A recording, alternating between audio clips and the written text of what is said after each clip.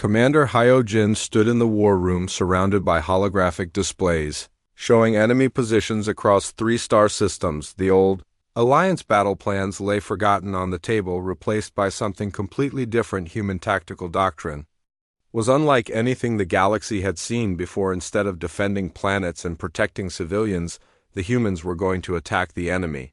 Where it would hurt most, her first order shocked every alien observer. Human fleets would stop trying to hold territory and start destroying the enemy's ability to fight. She divided the available ships into fast-moving strike groups that would hit Vex supply lines, communication networks, and industrial centers. The goal was not to win battles, but to make it impossible for the Vex to continue fighting. Captain So Young received command of the first new style attack. Her target was a Vex mining station deep in enemy territory.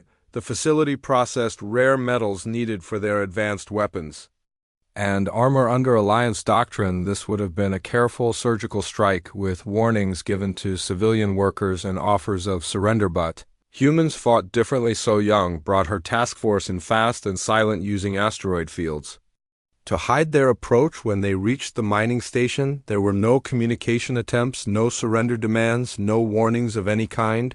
The human ships simply opened fire with everything they had. The mining station died in minutes. Its defensive systems had been designed to fight the careful, methodical attacks that Alliance forces normally used. They could not handle the sudden, overwhelming violence that human forces brought to bear. So Young did not even slow down to check for survivors. Her ships destroyed the station and immediately jumped to the next target. Lieutenant Daiyun monitored enemy communications from the intelligence center aboard Taiwan's flagship. What she heard made her smile. For the first time in months, Vex commanders were panicking. They kept asking their field units what had changed about Alliance tactics.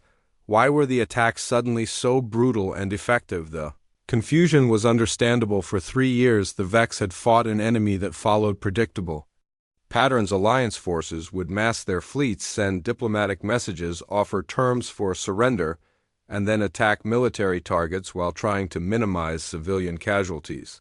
It was the civilized way to fight wars. Humans had never fought civilized wars. When humans went to war, they understood that the goal was to break the enemy's will and ability to fight by any means necessary. They did not worry about honor or tradition or what other species might think. They worried about winning quickly and completely. Major Kyung Ho demonstrated this difference when his forces captured a Vex communication hub. Instead of taking a few prisoners for interrogation like Alliance forces would do, he ordered his teams to strip every piece of data from the facility: personal messages, family communications, financial records, supply manifests, medical records, everything. The intelligence windfall was enormous. Humans began building detailed profiles of Vex society, learning about their families, their economy, their culture, their fears.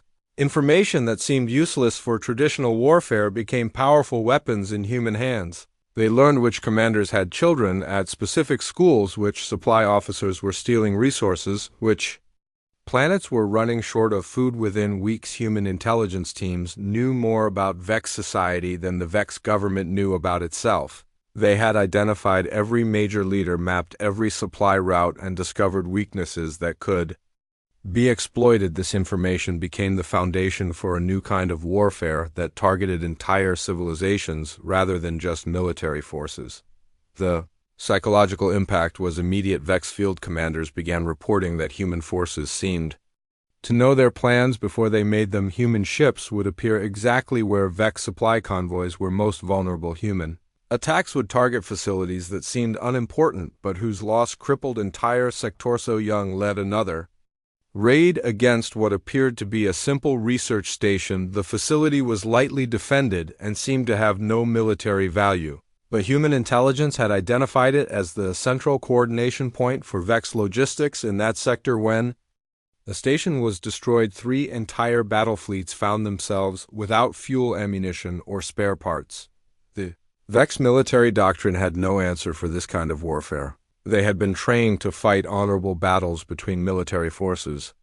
They understood sieges and fleet engagements and planetary invasions, but they did not understand how to fight an enemy that ignored military targets and went straight for the foundations of their civilization. Admiral Taiwan watched the reports come in with growing amazement. Human forces were winning battle after battle with minimal losses. The key was that humans were not really fighting battles at all. They were dismantling the Vex war machine piece by piece, making it impossible for enemy forces to operate effectively. The transformation was complete within 2 months. The Vex Empire that had been advancing steadily for 3 years was suddenly on the defensive. Human raids had disrupted their supply chains, destroyed their communication networks, and created chaos in their command structure. Enemy fleets found themselves stranded without support, unable to coordinate attacks or even retreat. Effective Elio Jin briefed the Alliance leadership on the results of human tactics. The numbers were impressive. Human forces had destroyed more enemy infrastructure in 2 months than the Alliance had managed in 3 years of conventional warfare. Vex military effectiveness was dropping rapidly as their support systems collapsed, but the alien commanders were disturbed by the methods humans used. They pointed out that human attacks often resulted in civilian casualties, that infrastructure destruction caused suffering for non-combatant populations, that psychological warfare was cruel and inhuman. Aojin's response was simple. The Vex had started this war by targeting civilian populations and showing no mercy to conquered worlds. If the Alliance wanted to fight with honor, they were welcome to continue losing battles. Humans would fight to win, and winning required destroying the enemy's ability to continue fighting. The debate revealed a fundamental difference between human and alien approaches to warfare. Most alien species saw war as an extension of politics, a way to achieve specific goals through controlled violence. Humans understood that some wars were about survival, and in survival situations there were no rules except victory. Dayun reported that Vex propaganda broadcasts were beginning to change tone.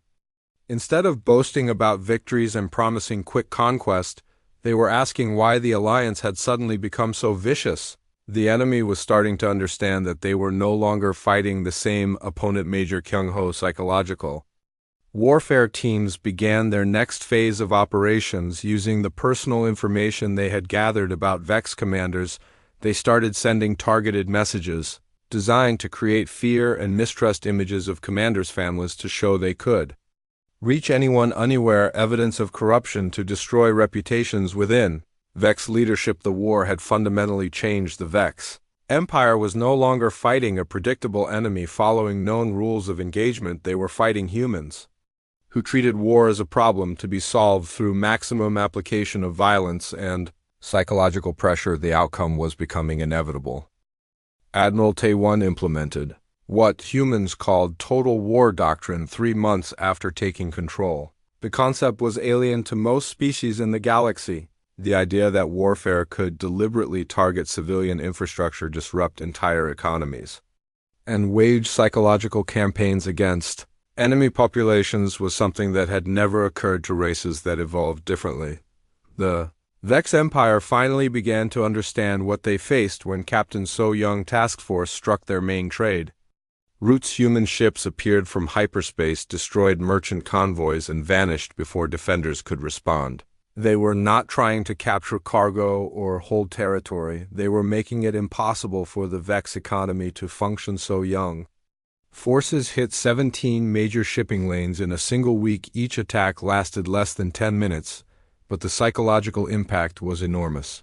Vex merchants stopped traveling. Unescorted Vex military forces had to divert warships to protect trade routes that had been safe for decades. The enemy was discovering that humans could make any target vulnerable. Lieutenant Dae-yoon had cracked the main Vex communication networks and discovered something useful.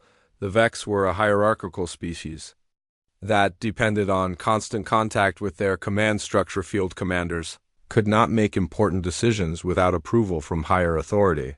This dependence became a critical weakness. Human cyber warfare specialists began flooding Vex networks with false information. Fake orders contradicted real commands.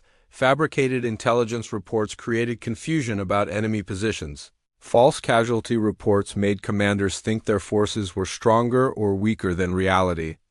The Vex command structure began to collapse under the weight of bad information. The psychological impact was immediate. Vex field commanders stopped trusting their own communication systems. They began hesitating before following orders, wondering If human infiltrators had corrupted their command network, some units retreated from strong positions because they received fake orders. Others advanced into obvious traps because they could not tell real intelligence from human deception. Major Kyung-ho took the psychological warfare to a personal level, using the detailed information about Vex society that human intelligence had gathered. His teams began targeting individual commanders with customized psychological attacks. They would send images of a commander's family to prove they could reach anyone. They would reveal personal secrets or evidence of corruption to destroy trust within Vex leadership. Breaking point came when humans demonstrated they could reach the Vex homeworld itself. A single human stealth ship appeared in orbit around the most heavily defended planet in the Empire. The ship broadcast a simple message, but its contents sent shockwaves through Vex society. The message was a list of names and addresses, every major Vex political leader, their family members, and their exact home locations. The intelligence was perfect down to which school each leader's children attended and what time they usually left for work. The message proved that human spies had penetrated the deepest levels of Vex security. The political impact was immediate. Vex leaders began demanding protection for their families. Government officials started relocating to secret bunkers. Military commanders requested personal bodyguards. The entire Vex leadership structure became paralyzed by fear of human retaliation, but humans were not finished. Admiral Taewon authorized the next phase of operations targeting Vex infrastructure directly. Human engineering teams had studied enemy technology and identified critical weaknesses.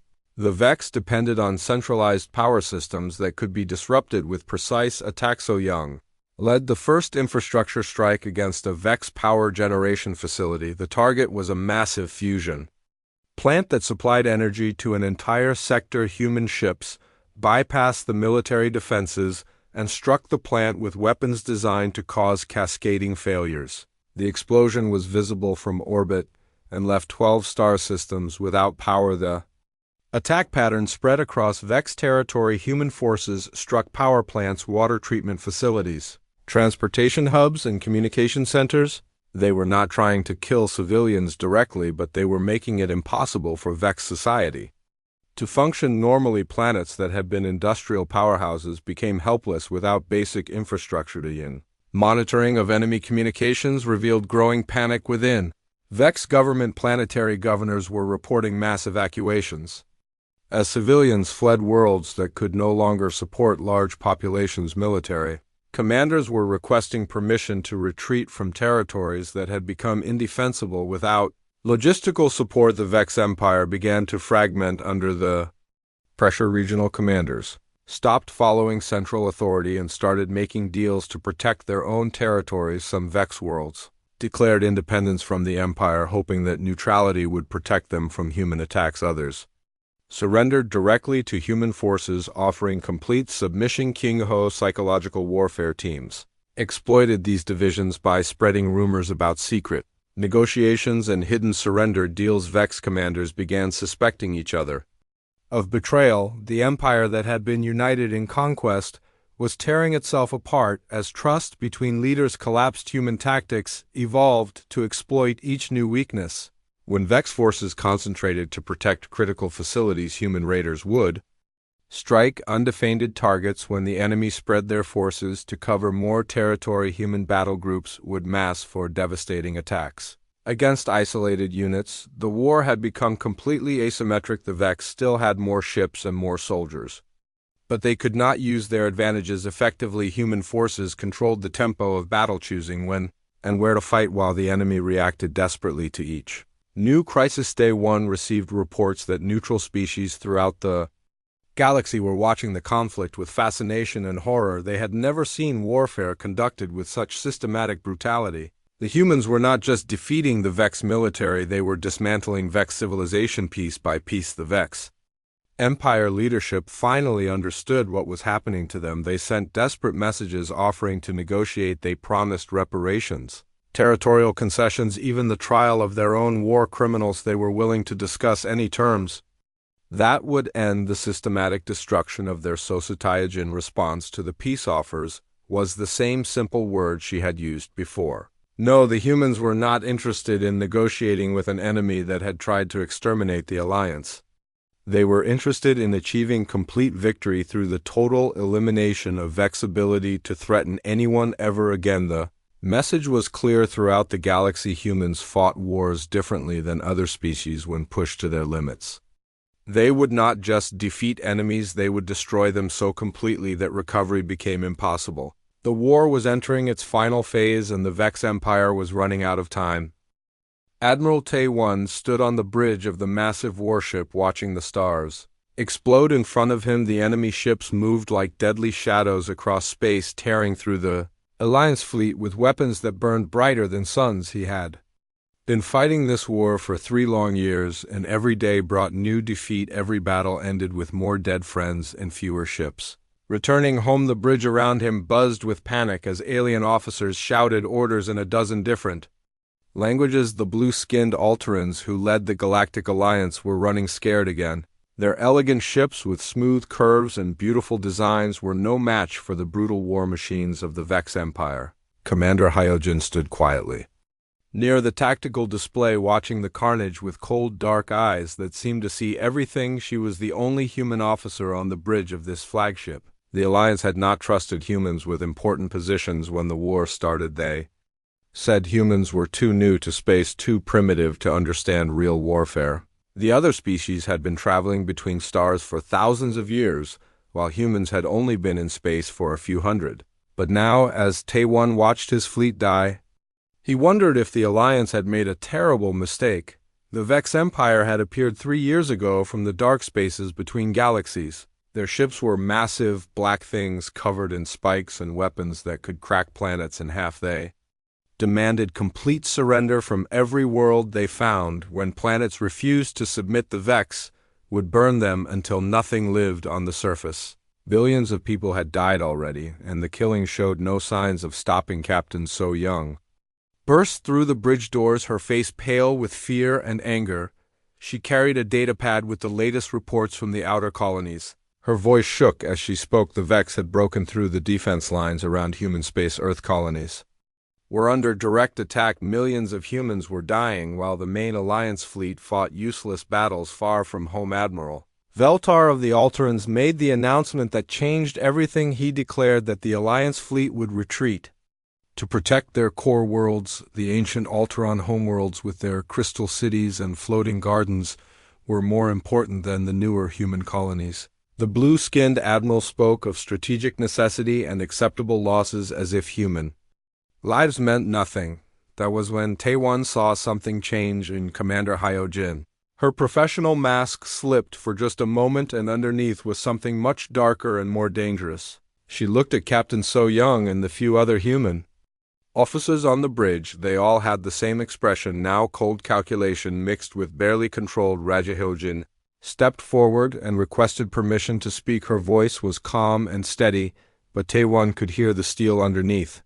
She asked a simple question: why were humans following Alteran military doctrine when it clearly was not working? Why were they fighting this war according to rules made by species who had never faced an enemy like the Vex? The Alteran officers looked confused. They explained that warfare had rules and traditions that civilized species followed for thousands of years. There were proper ways to conduct battles that protected civilian populations and maintained honor even in defeat. The idea of fighting any other way seemed impossible to them, but Hyojin had a different perspective. She pointed out that the Vex did not follow these rules. The enemy targeted civilians first. They showed no mercy to prisoners. They used weapons designed to cause maximum suffering rather than clean military deaths. While the Alliance worried about fighting with honor, the Vex were winning by fighting without any rules at all. So-Young joined the conversation with hard facts. The human military had been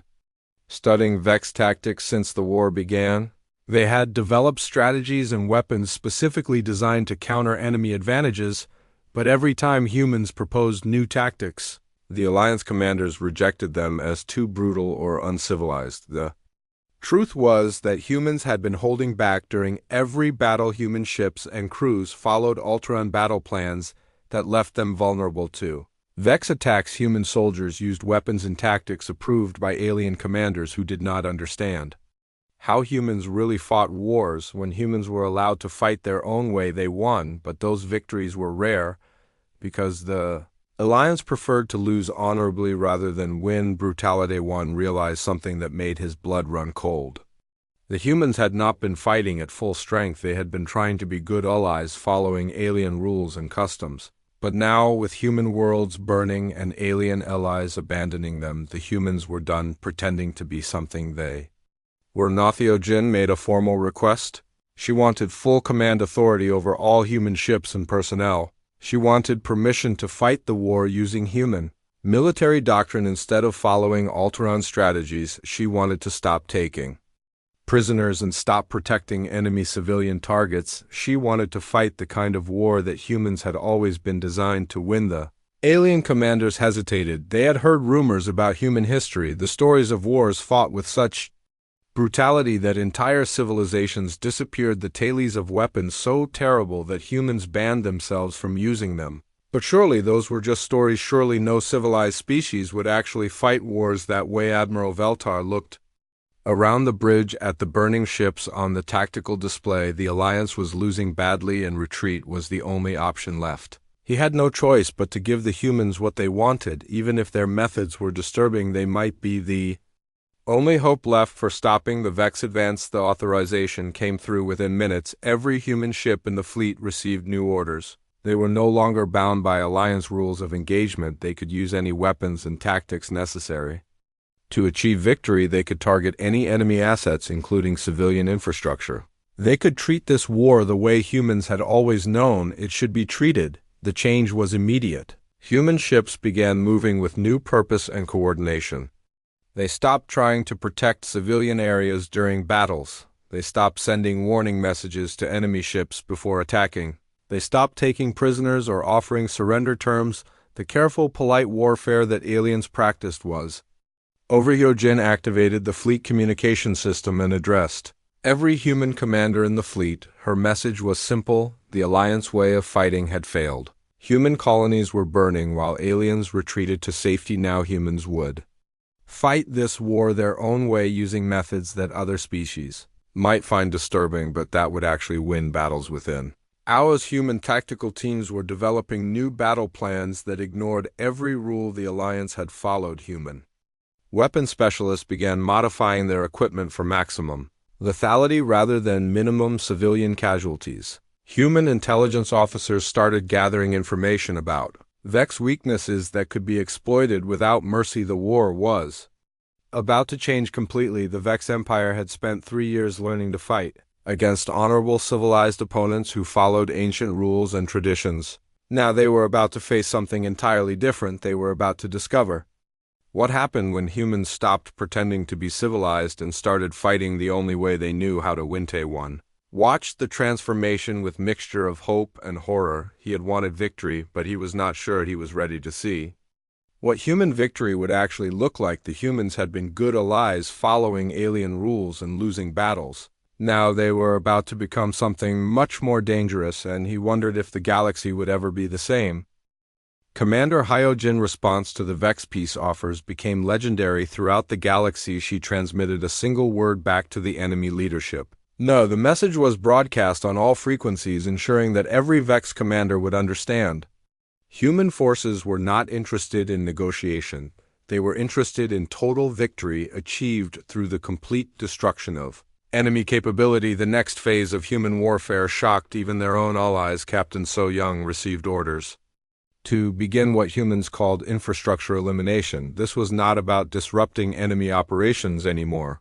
This was about systematically destroying everything that made Vex civilization possible. Power generation facilities, water treatment, plants, transportation networks, communication systems, everything that supported organized society. So Young first target was the main industrial complex on Vex Prime 7. The facility produced advanced components for enemy warships and had been protected by massive defensive installations. Human forces bypassed the defenses, entirely using stealth technology to plant explosive charges directly inside critical machinery. The resulting chain reaction destroyed not just the factory but the entire industrial district around it. The Alteron allies were horrified. Admiral Veltar protested that this was no longer warfare but deliberate genocide of an entire civilization's infrastructure, but Admiral Taewon had a simple response. The Vex had started this war by attempting to exterminate all Alliance member species. Now they would learn what extermination actually looked like when humans practiced it. Lieutenant Daeyun intelligence teams had identified critical weaknesses in Vex biology and psychology. Unlike most species, the Vex were extremely dependent on specific environmental conditions. They needed precise temperature ranges and atmospheric pressure to remain healthy. Human scientists had developed weather modification weapons specifically designed to make Vex worlds uninhabitable. The first climate attack targeted Vex Colony 12, a major population center with over 50 million inhabitants. Human ships released atmospheric processors that began altering the planet's climate. Within days, temperature began rising beyond Vex tolerance levels. While atmospheric pressure dropped to dangerous levels, the entire population had to evacuate or die. The psychological warfare reached levels of sophistication that terrified neutral observers. Major Kyung-ho teams were no longer just spreading fear. They were systematically breaking down the social structures that held Vex society together. They revealed government corruption, exposed military failures, and created ethnic tensions between different Vex subspecies. Human propaganda broadcasts reached every Vex world simultaneously, delivering carefully crafted messages designed to destroy social cohesion. They revealed that Vex leaders had been hiding in luxury bunkers while sending ordinary citizens to die in hopeless battles. They exposed secret deals between government officials and enemy collaborators. They published evidence of resource hoarding while military units went without supplies. The most devastating psychological attack came when humans revealed the true casualty figures from the war. Vex government had been claiming minimal losses while actually suffering catastrophic defeats. Human intelligence had accurate numbers showing that over 60% of the Vex military had been destroyed. The revelation that their own government had been lying about basic survival information shattered civilian morale, but perhaps most ruthlessly, humans began using Vex military doctrine against them. The enemy had always fought with honor codes that protected certain types of targets: religious sites, medical facilities, educational institutions. Humans studied these restrictions carefully and then used them as tactical weaknesses. So young forces struck a major Vex medical research center that was supposedly protected by their military honor code. But humans had discovered the facility was also producing biological weapons for use against Alliance populations. The attack destroyed not just the weapons research but also legitimate medical programs. The Vex military wasted enormous resources trying to defend targets that had no real strategic value. The turning point came when human forces captured Admiral Zethkar, one of the highest-ranking Vex military commanders. Instead of executing him or holding him prisoner like most species would, humans did something completely different. They studied him. They conducted detailed analysis of Vex psychology, biology, and social behavior through direct observation. The intelligence gathered from studying the captured admiral allowed humans to develop new weapons, specifically designed for maximum effectiveness against Vex physiology. Human weapons specialists created sonic devices that caused specific types of neurological pain in Vex nervous systems. They developed chemical agents that disrupted Vex sleep cycles and cognitive functions, making enemy soldiers unable to fight effectively. These new weapons were deployed across the war zone with devastating results. Vex forces began experiencing mass psychological breakdowns as their soldiers became unable to function normally. Human chemical weapons made enemy troops paranoid, confused, and unable to follow complex orders. Sonic weapons caused physical agony that could not be treated with normal Vex medical technology. Daeyun reported that Vex communication networks were collapsing under the strain. Enemy commanders could no longer coordinate attacks because their soldiers were too impaired to follow instructions. Military units were deserting en masse as troops realized their own leadership could not protect them from human weapons. The war had become completely one-sided. The Vex Empire was not just losing battles, it was disintegrating as an organized civilization. Their military could not coordinate attacks. Their government could not maintain control over territory. Their economy could not support the war effort. Their population was fleeing to neutral systems as refugee-ho psychological operations reached their final phase. Human broadcasts began offering individual Vex soldiers and civilians safe passage to neutral worlds if they abandoned the Empire. The message was simple. The war was already over. Anyone who wanted to survive should leave Vex territory immediately because human forces would soon eliminate everything that remained. The refugee crisis that followed was unprecedented in galactic history. Millions of Vex civilians fled their homeworlds, taking only what they could carry. Entire planetary populations evacuated rather than face the systematic destruction that human forces were bringing to every Vex-controlled system. Admiral Tae-1 watched the collapse with mixed emotions. He had wanted victory, but the totality of Vex defeat was beyond what he had imagined. The humans had not just won the war, they had eliminated the enemy as an organized threat. The Vex Empire that had once controlled dozens of star systems was being reduced to scattered refugee populations. The other alien species in the galaxy watched with fascination and horror. They realized they had never understood what human military capability actually meant. When humans said they would defend themselves, they did not mean simple military victory. They meant the complete elimination of threats through methods that other species could barely comprehend. In neutral governments began sending diplomatic messages to human leadership asking for assurance that this level of destruction would not be used against other species. The fear was obvious. If humans could destroy the Vex Empire so completely, what would stop them from doing the same to anyone else who opposed them? The war was nearly over, but its lessons would reshape galactic politics for generations. The galaxy had learned what happened when someone made the mistake of threatening humanity. Not defeat, not occupation, complete elimination as an organized civilization capable of posing future threats. The final phase of the war lasted exactly 6 weeks and 14 days. Commander Hyojin had divided the remaining Vex territory into tactical sectors and assigned human task forces to systematically eliminate any trace of organized resistance. There would be no dramatic final battle between massive fleets, no climactic confrontation over the enemy homeworld. Just the methodical, professional destruction of everything that remained of the Vex Empire. Captain So-young forces reached the Vex homeworld first. The planet that had once commanded a galactic empire spanning dozens of star systems was now defended by less than 30 ships and a handful of orbital defense platforms. The mighty fleets that had terrorized the galaxy for 3 years had been reduced to desperate remnants hiding behind their homeworlds' failing shields. The Vex leadership sent increasingly desperate messages offering complete unconditional surrender.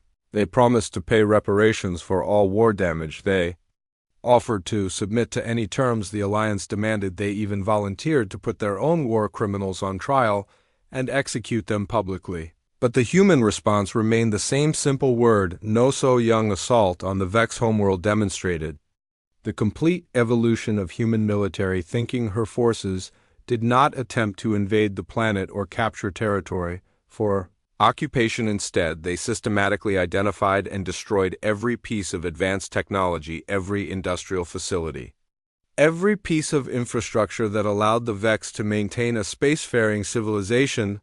The attack began with orbital bombardment of satellite networks. Communication systems that had coordinated the Empire for centuries were vaporized in minutes. Transportation hubs that moved goods between planets were reduced to glowing craters.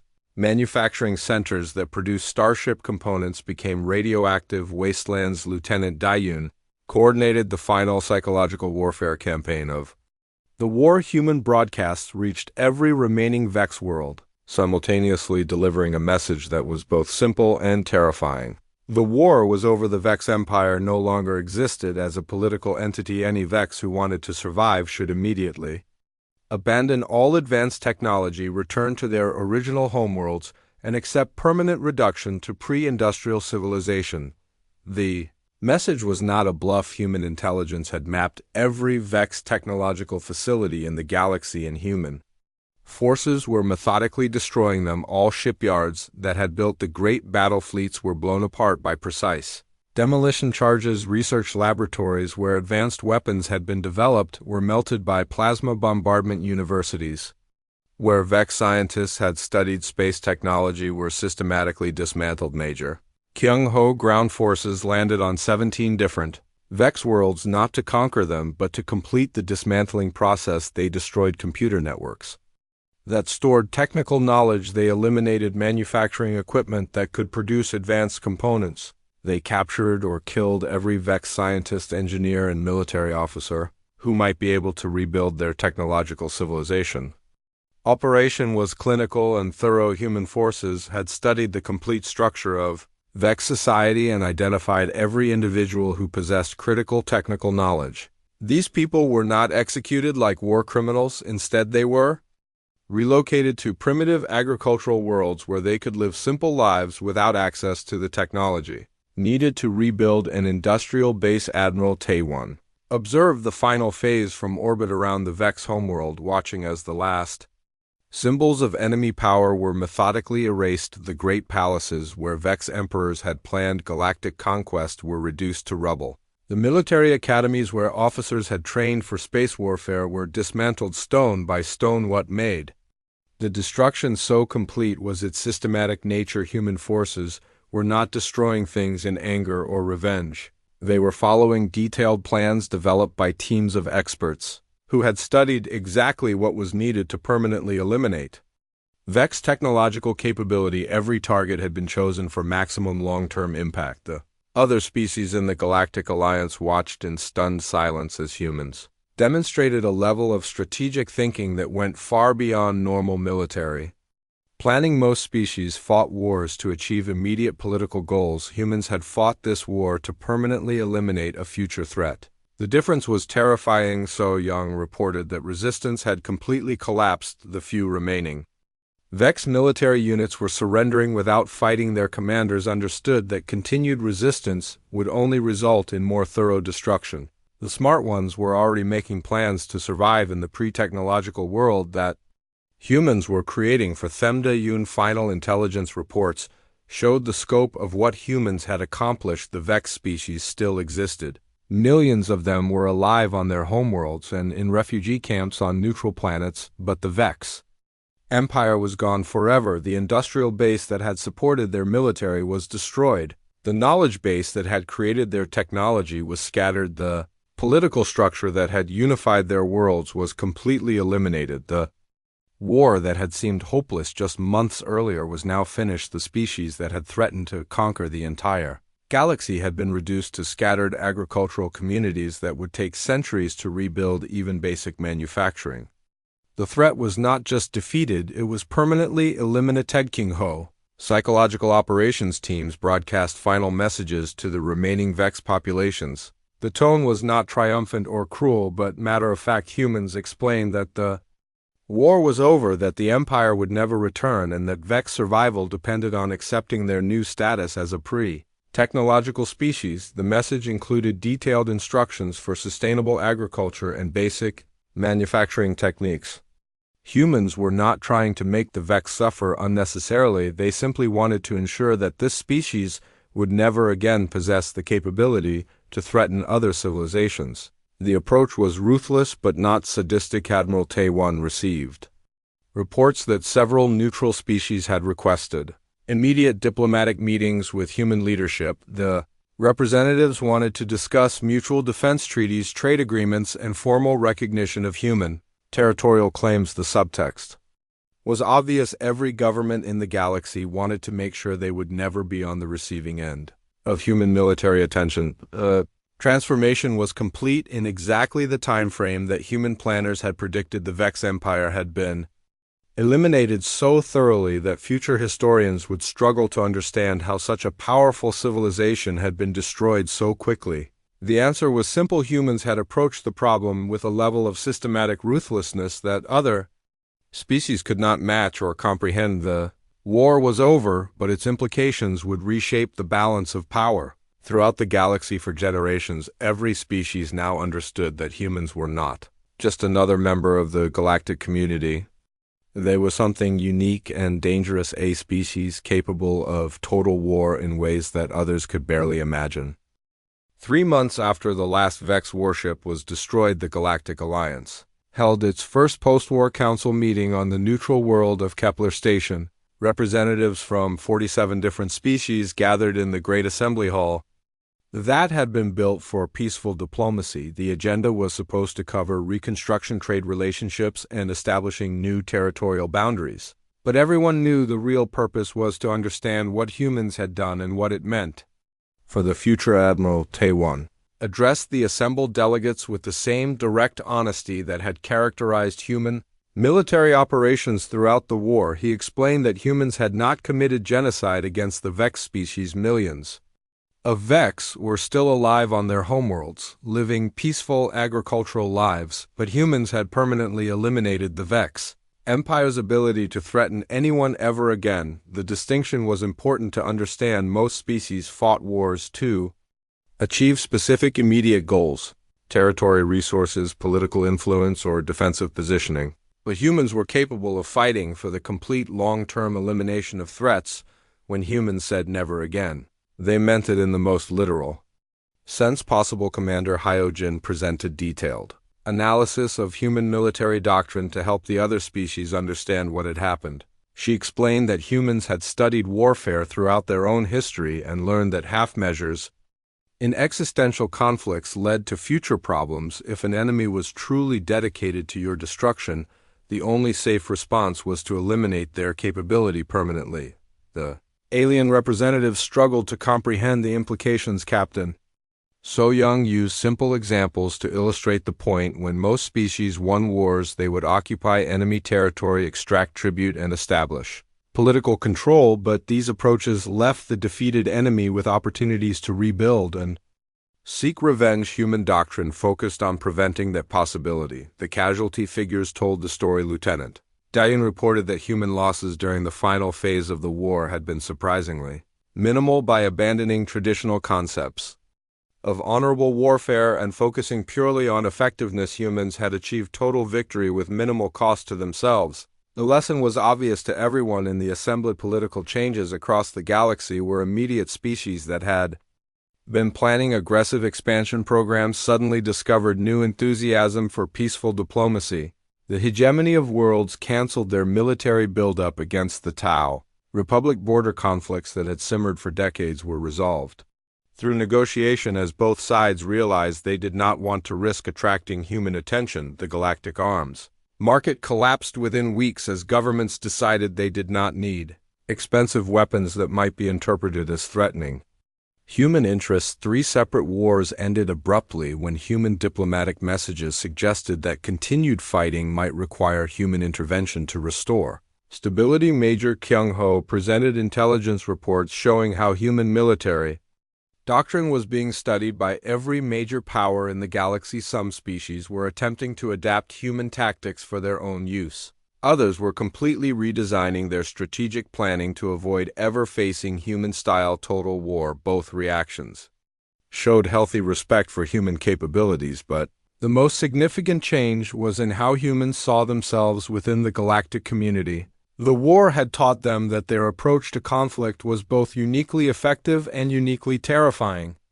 To other species, this knowledge came with both tremendous power and serious responsibility. The ethical implications were discussed at length. Admiral Taewon acknowledged that human methods had been brutal and that civilian populations had suffered.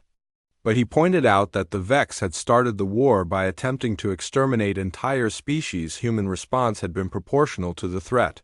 Even if the method seemed extreme to observers, Commander Hyojin addressed the question that every delegate was thinking but afraid to ask directly: would humans use these same methods against other potential threats? Her answer was carefully measured. Humans preferred peace, cooperation, and mutual prosperity, but they would never again allow themselves to be constrained by other species' ideas about how defensive wars should be fought. The message was clear without being threatening. Humans wanted to be good neighbors and reliable allies, but any species that chose to threaten human worlds or human allies would face the full spectrum of human military capability, applied without restraint or mercy until the threat was permanently eliminated. Captain So Young discussed the reconstruction efforts that humans were supporting in former Vex territory. Human engineers were helping establish basic infrastructure on worlds that wanted to rebuild. Human medical teams were providing aid to refugee populations. Human agricultural specialists were teaching sustainable farming techniques to communities that had lost their technological base. The approach showed that human ruthlessness in war did not extend to unnecessary cruelty in peace. Humans had eliminated the Vex Empire completely, but they were not interested in making the Vex people suffer. The goal had been security, not revenge. Lieutenant Dayun presented analysis of the broader strategic situation. The elimination of the Vex Empire had created a power vacuum that various species were maneuvering to fill, but none of them wanted to appear too aggressive in their expansion. Human presence in the region served as a stabilizing force simply because no one wanted to risk human disapproval. The meeting concluded with new understandings that would shape galactic politics for centuries. Every species now knew that humans were not just another member of the interstellar community.